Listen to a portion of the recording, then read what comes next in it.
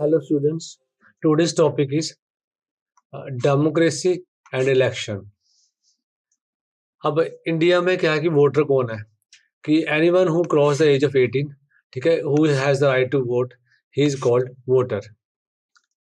अब उसमें आ गया कि जो पंचायत में जो इलेक्ट होता है, चूज होता है विलेज पंचायत में, उसको हम कहते हैं पंच।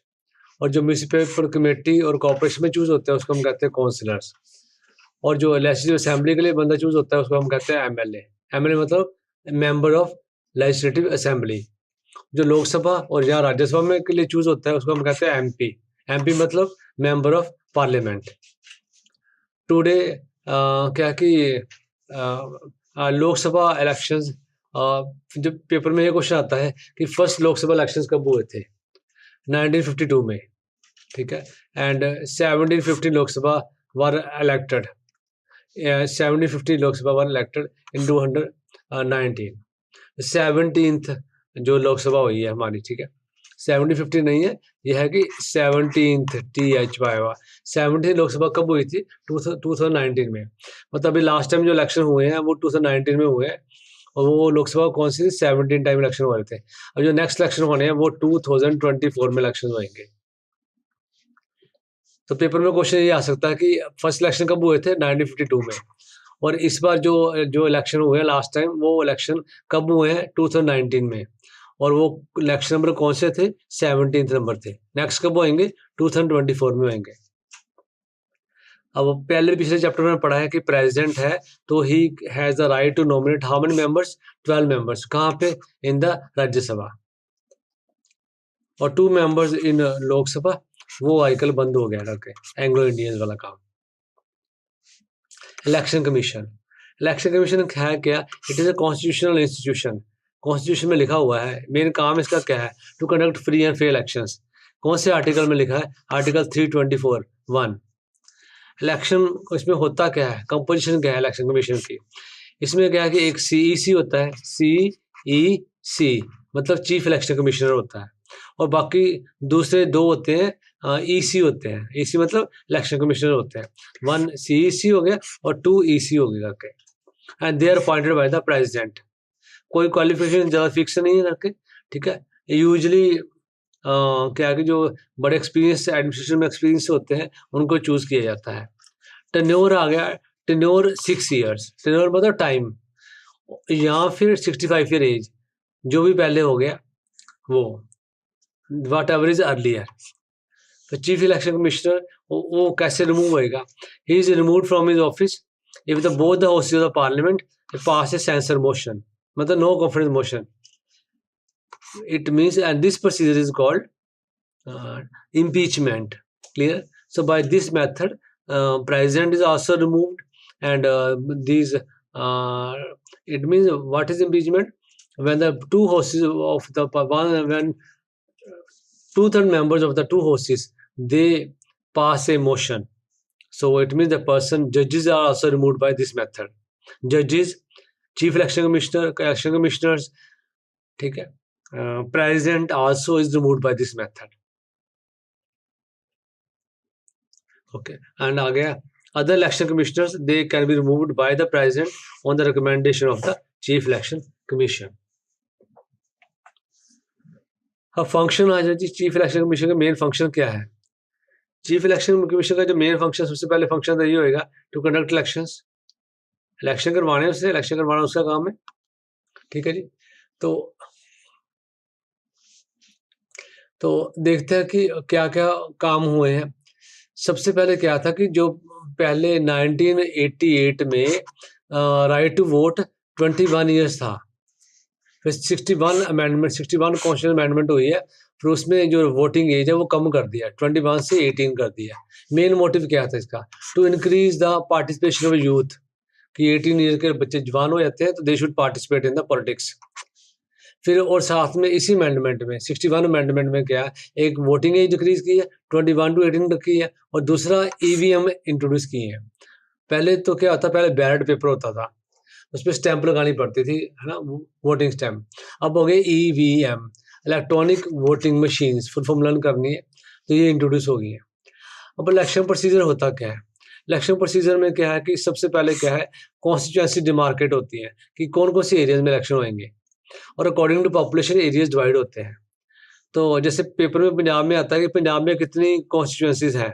Punjab is divided into 117 constituency assembly, जो लेजिस्लेटिव असेंबली है, मतलब एमएलए कितने होंगे पंजाब में 117, और जो लोकसभा की सीट्स कितनी है 13, मतलब पंजाब में 117 एमएलएज हैं, ठीक है, और एमपीज कितने हैं, एमपीज हमारे 13 एमपीज हैं अकॉर्डिंग टू पॉपुलेशन, और मैक्सिमम पॉपुलेशन यूपी में है, तो UP has maximum number of MPs and MLAs.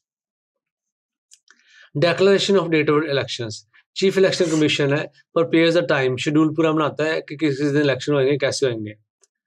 President is the in the centre and governor in the state issue notification, elections का notification. Nomination form, एक form fill करना होता है, the candidate who are interested to contest elections, ठीक है, are given 8 days to fill the nomination forms, and to the returning officer withdrawal after 8 days जब हो गए, फिर नेक्स्ट 2 days देते हैं।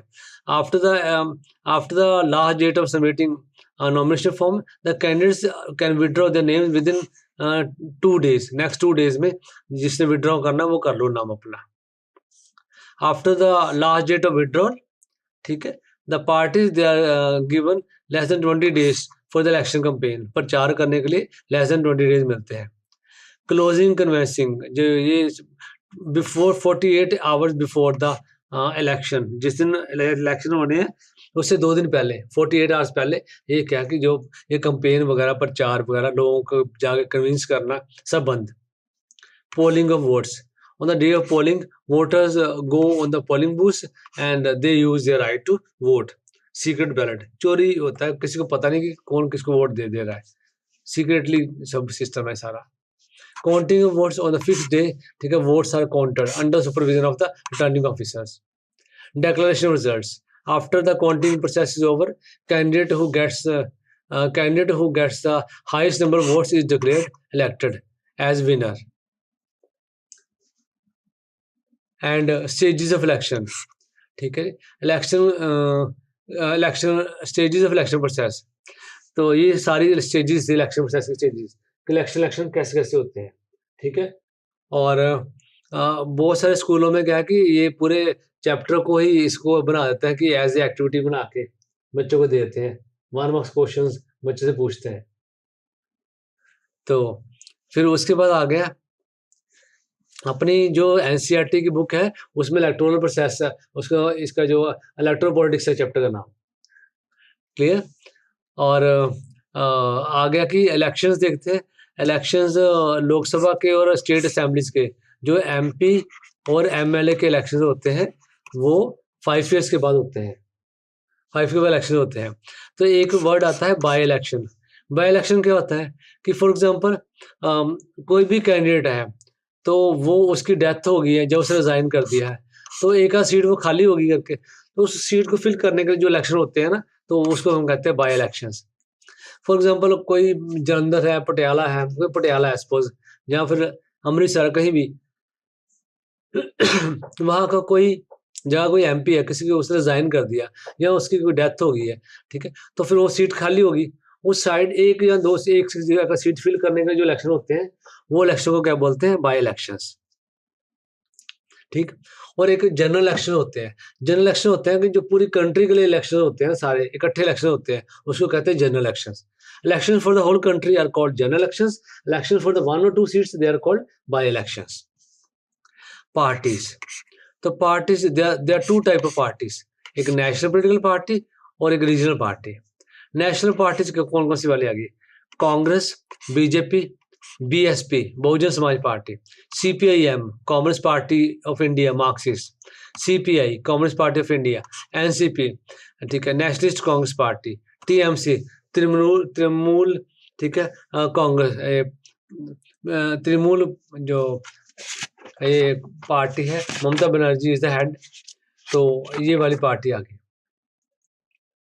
इसको टीएमसी बोलते हैं। तो देयर आर टोटल 7 पेपर में आपको आएगा कि there how many national parties, 7 national parties.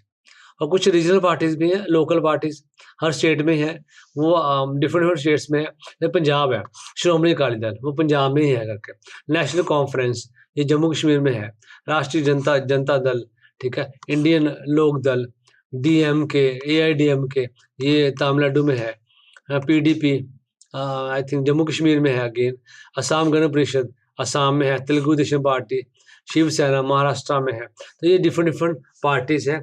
तो पेपर में ये आएगा कि शिवसेना कहाँ की पार्टी है। ऑप्शन आ जाएंगे 4, तो हम कहेंगे महाराष्ट्र की। अकाली दल कहाँ की पार्टी है, वो है पंजाब। ऐसे पेपर में क्वेश्चन आएगा।